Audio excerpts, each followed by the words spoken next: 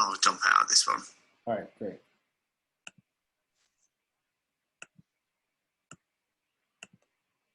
Yeah, and you can hear me better, right? Yeah, everything's better now. I don't know what, I don't know why that does that. I mean, I think I was trying to set up the invite there, and if you accepted it, I was going to send the link, but I didn't know whether you were going to ask me on Fiverr or email. But this is fine. We're sorted. We're good. Yeah, it's much better on Zoom, much clearer. Yeah. Okay. Well, it's your show. Well, first of all, thank you for, I guess sticking with me to try to get this, interview set up so I can actually, learn a little bit more about the accountability and have someone to actually ask questions that, to kind of think about the proper questions that I would want to ask myself. So what I really wanted to do was actually try to find some sort of leeway of like what you're actually providing services for accountability, and you can ask me questions in a way that I can answer them to find out whether or not if I'm able to continue to improve myself, my business, with this idea of accountability. Staying accountable, staying motivated. What types of things am I doing wrong? That's kind of things I want to find out. So I would like, for you to pick my brain to figure out like, well, that isn't accountable. Like you're actually beating around the bush. I know I'm using this business as a way to try to help me to improve myself. But I think that I need a certain environment where I actually get challenged on what's right or what's wrong. And then people can give me insight of what I should do based on their own experiences or perspectives. Sure. So, well, where would you like to begin? I mean, we could just start with, so let's start right now. So with my business, I'm actually going to start talking about my plans for going back to grad school. And I actually have a plans to take some graduate classes and apply with, the procedure. But then there's also this issue where everything's remote now. So it's meaning I can work remotely and I can also do school remotely. And I'm figuring out what will be the best way to kind of stay focused, when you're doing everything remotely. Normally you have you can go into a classroom, or you can be able to talk to a teacher. You don't really have that. So in this new environment, what would be the best way to actually stay accountable in this idea? What, like for instance, like room, like it looks like you moved into a whole nother area. Like, is there any special situation you've added to, promote staying accountable? I mean, accountable is one word. I think staying motivated, staying committed. Yeah, and I think, do you know what? It's quite a difficult one because, especially when you're kind of changing routine, you're kind of changing situations, what you used to be able to do and how you kind of perhaps almost automatically kind of did before in terms of staying motivated and staying accountable. Things are changing, and especially, as you say, in this kind of online world that we're kind of now moving towards, virtual meetings, virtual classes, virtual lectures, etc. It's really easy to just kind of forget it because it almost doesn't feel real. Yeah. So for me, the critical thing, and what I kind of typically teach all of my clients, there's one key foundation that just always works, and it comes down to being a good planner. Staying productive, staying motivated actually comes down to a really core concept of just planning. Now, that doesn't mean you're planning way into the future. It means that just on a week-by-week basis and on a day-by-day basis, you're just doing some very simple planning so you know what you need to do, when you need to do it by. But importantly, you keep that plan simple and you keep it really specific, as that is where I see the most problems occur with people, where they lose motivation, they lose productivity. It's because they've zoomed out too far from the thing they actually need to do. So for example, you could be writing a dissertation, and you might set yourself a bit of a goal to say, hey, I need to get this dissertation complete this week. That is a massive undertaking. Yeah. And unless you break that down Mm-hmm. into bite-sized chunks, you're never going to do it, because you're going to hit that task. You're going to look at it on your planner for that week and go, complete dissertation. I don't even know where to begin.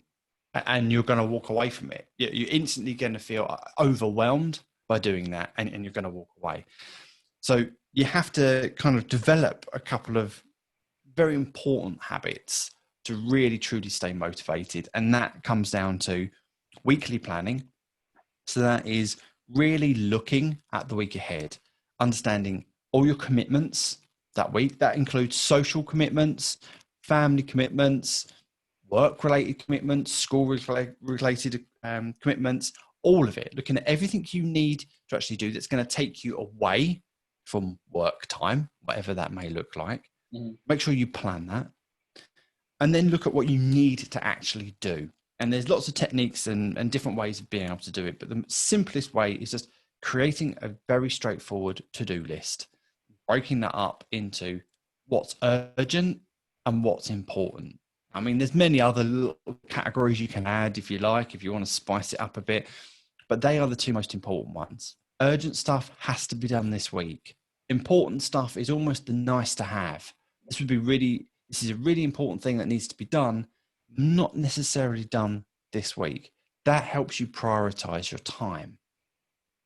So once you kind of got your weekly plan together, you understand, right, this week, this is what I need to complete. There's one kind of final thing you have to look at, and that is, what are my 4 major actions that I need to take this week? And that's where you start breaking things down. You might be looking at your urgent list. You might take some things from that. You might have some other stuff that actually you didn't think about, that you're like, actually, yeah, this is a major action. Those major actions have to be things that really will give you a sense of completion. Yeah, things that you might have been procrastinating over. Yeah, stuff that you've been putting off, avoiding. They go into that 4 major actions box. They are your non-negotiables, that they have to be done regardless. So that sets your week up. You've looked at everything that's going to drain your time.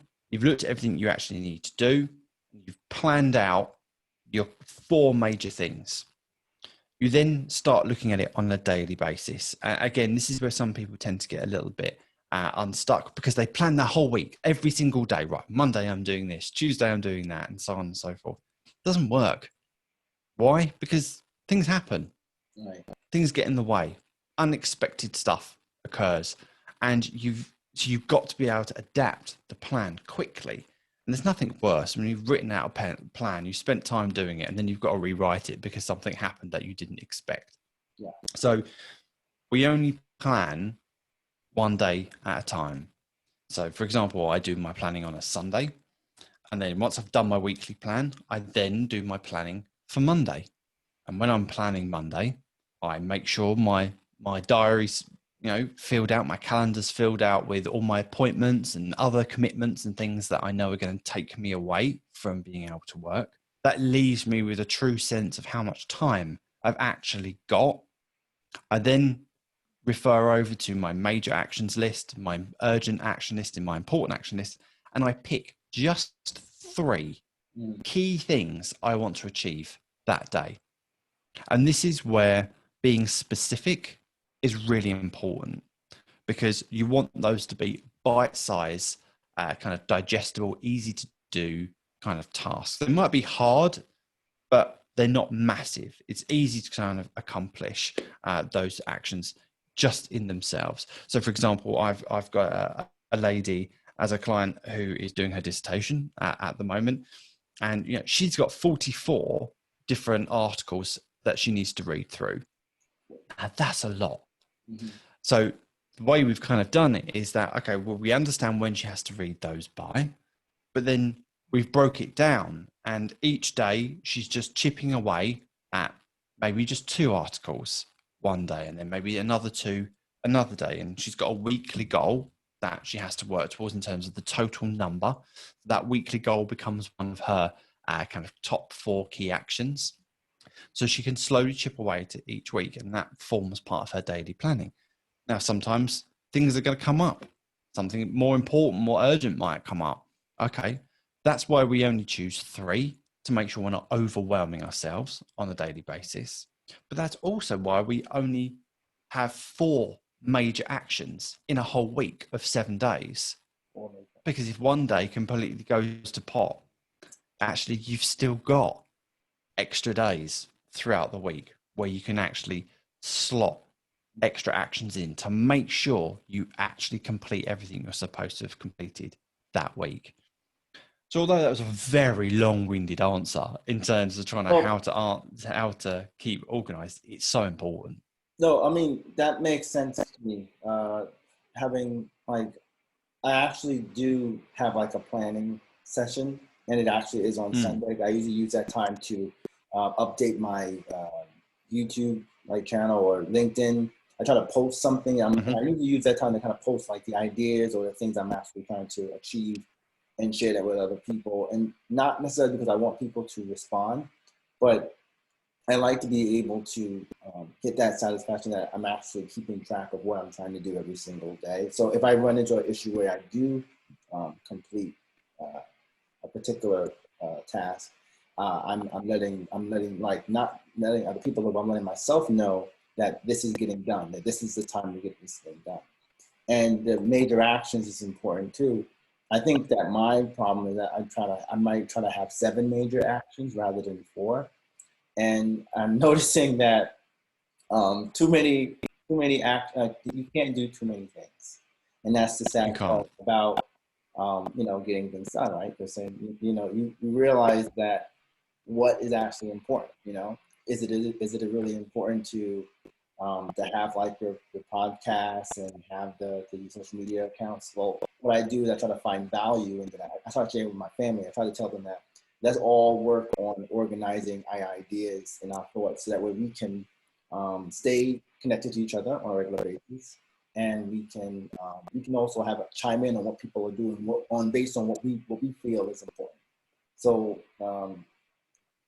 the whole goal of that is just that I guess the notebook is a great piece to kind of use, and also making sure that I try to stay accountable by not getting overwhelmed, but also expecting that's going to be some sort of changes in the day, or in the week that might move things around.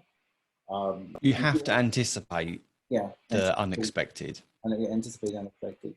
And do you also feel that maybe having choosing a team or an environment where people also work like that? Like, how do people who want to change their mindset that's different than most of the people in their environment? I think it's important that what other people do shouldn't influence the way you want to work, and that's why that particular kind of methodology is very personal. It's just you. It doesn't involve anybody else. If you're working in a bit of a team, then yes, you have to be kind of aligned in terms of your actions, if there's joint actions and deadlines and things. But it's about making sure that you are the one that gets things done, because as long as you're doing your part, you won't get stressed. You've done what you need to do. How other people do it is entirely down to them. Ideally, if they see your way of doing things work, you'll probably find that people will soon start to kind of switch over and go, oh, how are you keeping organized? How are you doing that? And you'll explain to them, and they go, oh, I might give that a try. People are open always to trying new things if it's going to help them. The problem with today is we have a habit on going, oh, what new app is going to make me more productive? Is it going to be, this app or that app, or, oh, there's a new app for this. The problem with all of them is that the app doesn't make you productive. Yeah. You are the one that makes you productive. but it's all about how you approach it. And 99% of people overwhelm themselves with too much. The joy of this type of system, which I call like the 4-3 method. So 4 major actions a week, 3 major actions a day, or 3 key actions a day, is because once you've done that, once you've ticked off all 4 things, once you've ticked off, your 3 things a day, well, nothing's stopping you doing more, because hopefully by the time you've got that sense of completion from getting through all of those action items, you should be pretty buzzed. And if you still have time left, you're naturally going to be inclined to go, right, what was on my future to-do list? What other things can I kind of start working through now that I've achieved everything I wanted to this week? It's a natural drive, because it's weird, but everyone likes ticking boxes. So once you've kind of start going through and ticking those boxes, it's almost addictive. You want to know, what can I tick next? What can I do next? So, just a quick side note. I listened to like this thing called This American Life by Ira Glass, and it's like a podcast. They talked about how people like to check off boxes and have a list of different things they get done. But then, of course, you're always going to have like the opposite. People say that having too many boxes, too many lists doesn't really lead to any problems. So what would you think would be the, when I have a list of actions, should I make a list of sub-actions for each action? If maybe it's before the actions? Well, the way I like to deal with this, right? Because you're absolutely right, and kind of that links back to what I was saying about a lot of these apps, like to-do apps and things like that. What you end up doing is just making a whacking great list of things to do, and then when you look at that list, it just is instantly intimidating, because you're like, oh my god, there's so many things like that. Especially if you're working for yourself, you're running your own business, or you're trying to do a startup. Our to-do lists never end. You'll tick 10 things off, but 20 more will suddenly appear at the bottom of that list. So you get in this perpetual loop, and that can be very demotivating and demoralizing over time. So the way I like to handle it, and again, the way I typically teach my students, is have a separate list, which I call the future to-dos list. And that list is only ever looked at once a week on your planning day. So say your planning day is on a Sunday, it's that day that I will break that list out. I will look at it and use that list to plan my week ahead. I also transfer over anything for the future that I've dreamt up this week that I'm not going to necessarily work on this week, but I want to capture, make sure they get transferred over. And then once I've planned my week, that future to-do list goes back away. And I don't look at it again until the next week. The reason for that is because I'm avoiding that feeling and sense of being overwhelmed by a lot of things to do. Once you've got your plan for anything you need to do. So I'll use the dissertation example again. There's a lot of key milestones when you're doing a dissertation, things that you have to do by a certain time to make sure you can actually get it in for the right kind of deadline. Once you've got that plan, you could consider that a whole dissertation is just one massive list all on its own, which might be separate from your future to-do list because it's a project effectively. Right. Well, you only need to extract from that list once a week all the things you need to do this week to make sure you're still in line with your deadline. You don't need it here constantly reminding you that there's 1,000,001 things that you still got to do. Nothing worse. Make the plan, capture what you need for this week, put the plan away along with your other future to-do lists. And that's what a lot of my students and clients they typically do. Sometimes they have multiple lists if they've got multiple projects going on.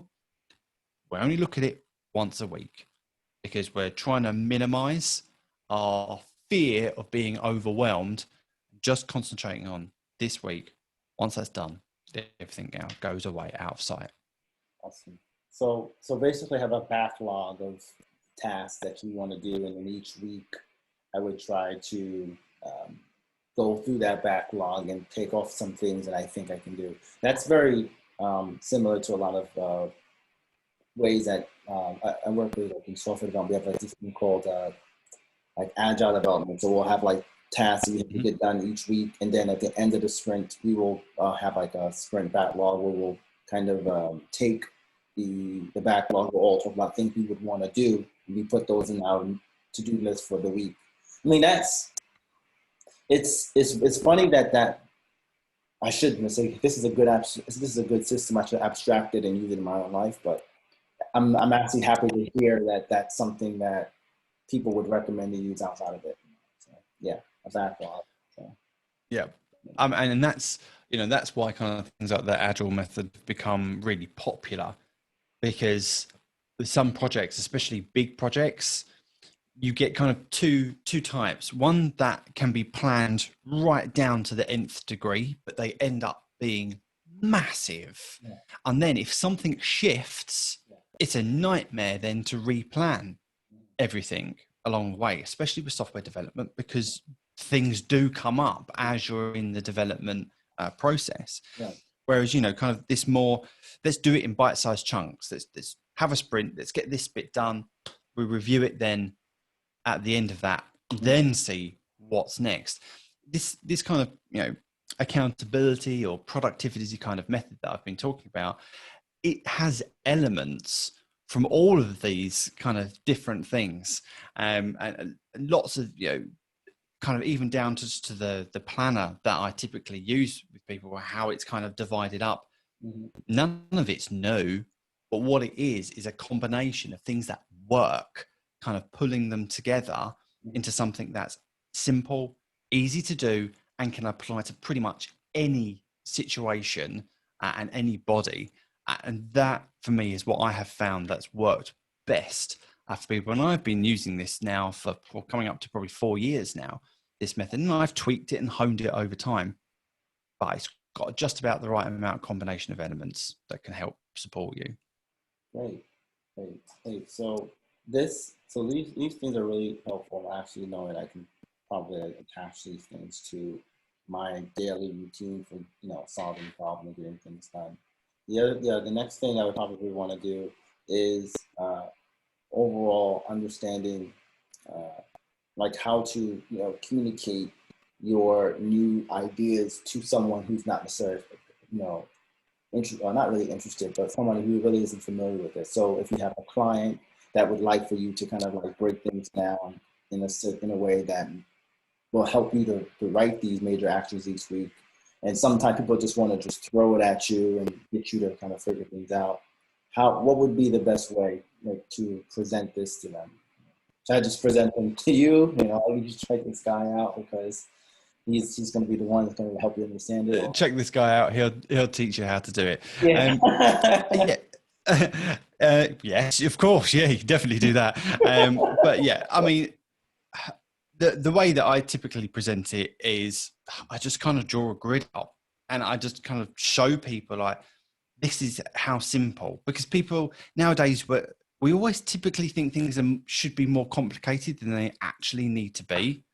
And I still find the best way of teaching people how to think like this is literally to grab a pad, draw a grid, and I always draw a grid of like 6 boxes. And in there I put urgent, important, delegate, decisions, etc., etc. And I just kind of fill it out and I go, look, give me some of your actions. Tell me what's what you got to do. And I start putting them in the boxes for them. And then at the end, once we've kind of looked at that, I've gone, okay, awesome. We've just planned your week. Now, out of all of that's on this grid now, pick 4 of those that are going to give you the best sense of completion, or things that you've been putting off the most. And they'll look through the list and they'll go, well, that one, probably that one.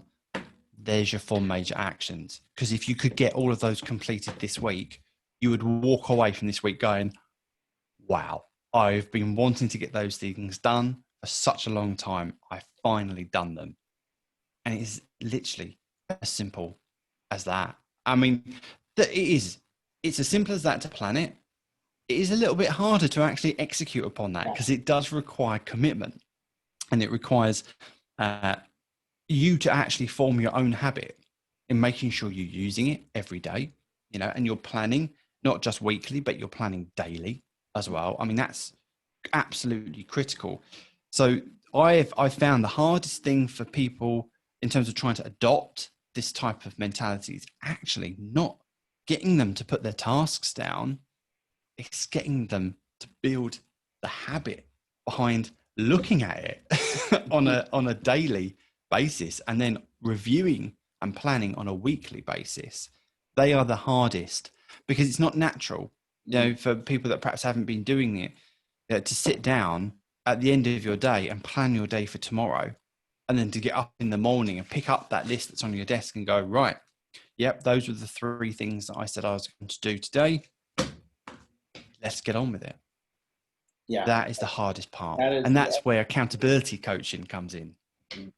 So now we can go ahead, we could talk a little bit more about accountability coaching for the last 15 minutes. Like, what would be a proper definition, if for accountability coaching, and how do you think that anyone should, approach being coached or be, that makes sense. Yeah. So, well, yeah, because do you know what? Accountability coaching, it's not new, but it kind of is in a week and a half. Accountability coaching is still, there's not many of us out there. The typical accountability coach at the moment is still very much linked with business coaching. Right. In terms of, keeping people to their goals and whatnot for their businesses. So it's still linked a lot with entrepreneurship, developing startups and people like that. Right. Being kind of a solo accountability coach is still very new. But I say, if I could define it, I say actually what it is an extra layer on top of your productivity to actually give you a sense of you have someone that you have got to admit to if you don't do something. And I know that sounds really basic and really simple, but if you put yourself into, school or even a home situation where, you've got to do your homework. Mm-hmm. Well, if you don't do your homework, you got to stand in front of your teacher the next day and say, sorry, I didn't do my homework. The first thing they're going to ask you is, why? And you've got to think of an excuse as to why. And as adults, obviously we've kind of grown out of that habit a little bit, but there is still a subconscious thing in the back of our mind that says, I don't want to stand in front of teacher and say I've not done my homework, because it's embarrassing, especially if you haven't done it just because you couldn't be bothered, which is very rarely the case. Usually there is a reason why people don't do things. But 9 times out of 10, what I find is when one of my clients, doesn't necessarily do something that they said they were going to do, and I ask the question as to why, they then start coming up with the excuses of, oh, well, I had this come up and I had to do this and I had to do that. And when I start breaking it down with them, the end result is always, well, you actually did have time. You did have time to do it. You chose not to actually do it. And there is a big difference. You convinced yourself, oh, I don't have time to do it. You did have time. You could have done it if you really wanted to. So it's a psychological change. And it only usually takes a couple of those kind of instances of me kind of going back and challenging as to the reason why people start to switch, and go, yeah, oh my God, he's right. I do have time and I committed to do this, so I am going to do it. So very quickly, that's where accountability coaching starts coming in, because it's really easy for you to justify to yourself why you don't need to do something.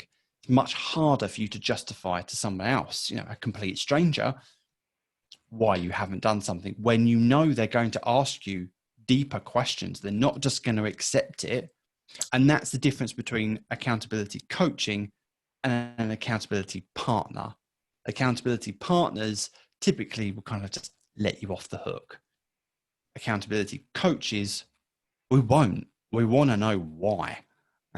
So that's, pretty much it. And in terms of, it's like I say, this is very much a new thing, but it's becoming really, really popular because people have such busy lives nowadays.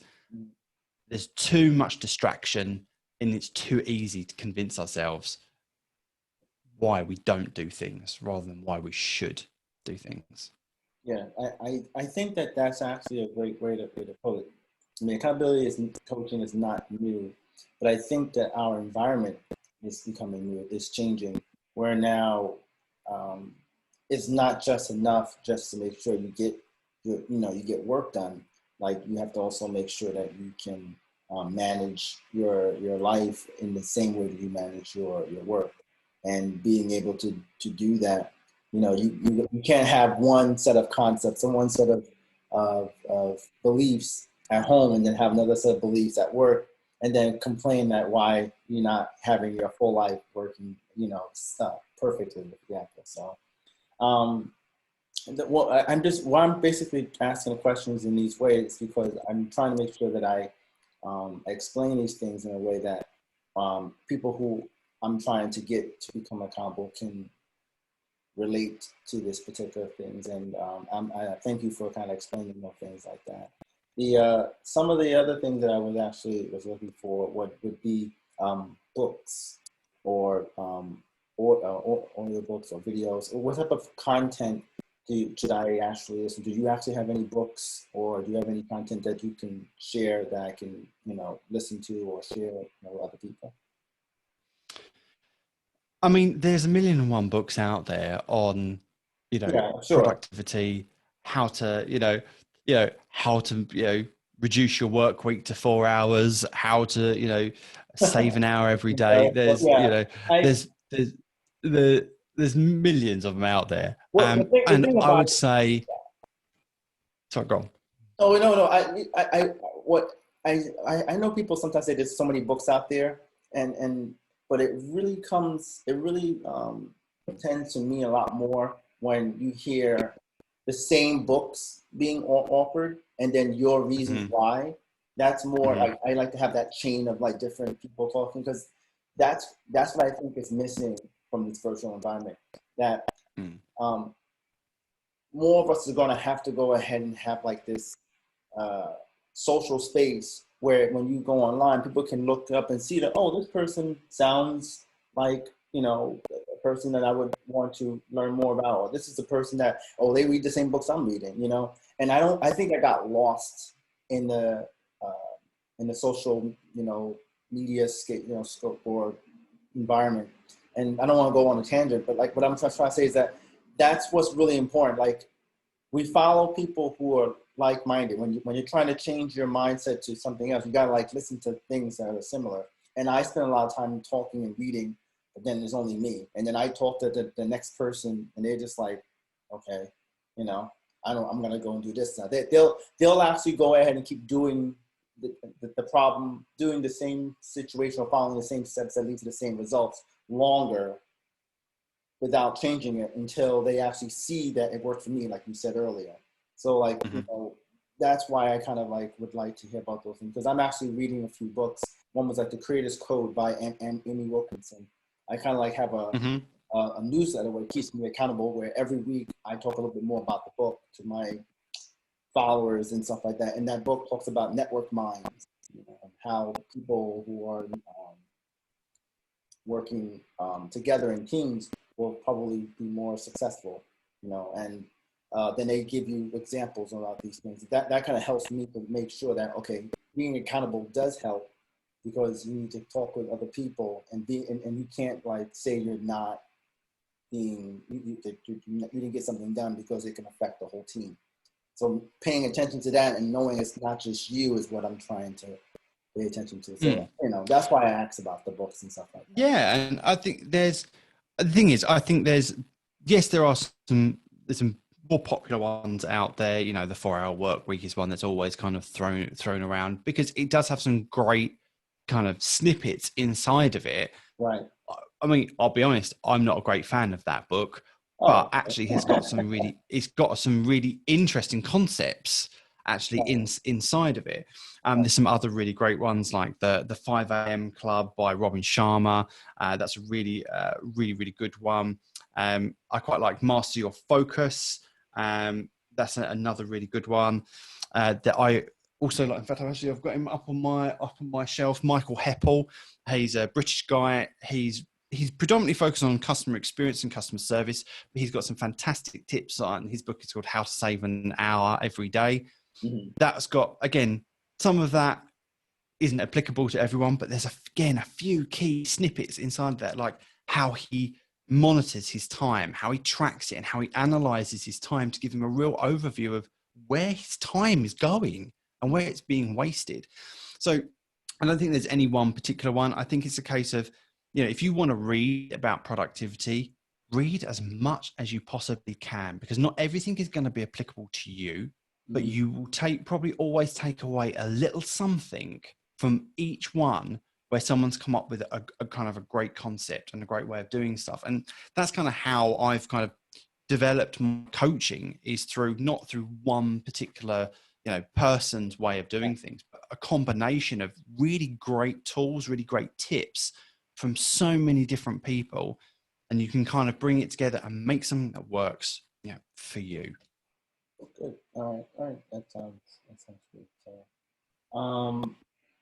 I think that's it. For the pieces I was actually trying to say. I mean, is there any thing you wanted to talk a little bit about the coaching session and where people could find you? Or yeah, I mean, I have. Obviously, I'm on YouTube. I've got a website. I stream live on Twitch, although I haven't because I've been moving. But yeah, you can find everything over at barkingaboutbusiness.com. Everything's linked out from there. All the coaching I do, and I predominantly only do two main types of coaching. I coach startups, and I coach for accountability. So I only kind of have two real streams that I'm super passionate about, that I thoroughly enjoy working on. So yeah, people want to check me out, that is the best place to start. right. Kerry Monk, thank you very much for talking with me today. And no worries at all. Thank you. All right. And I think that's it.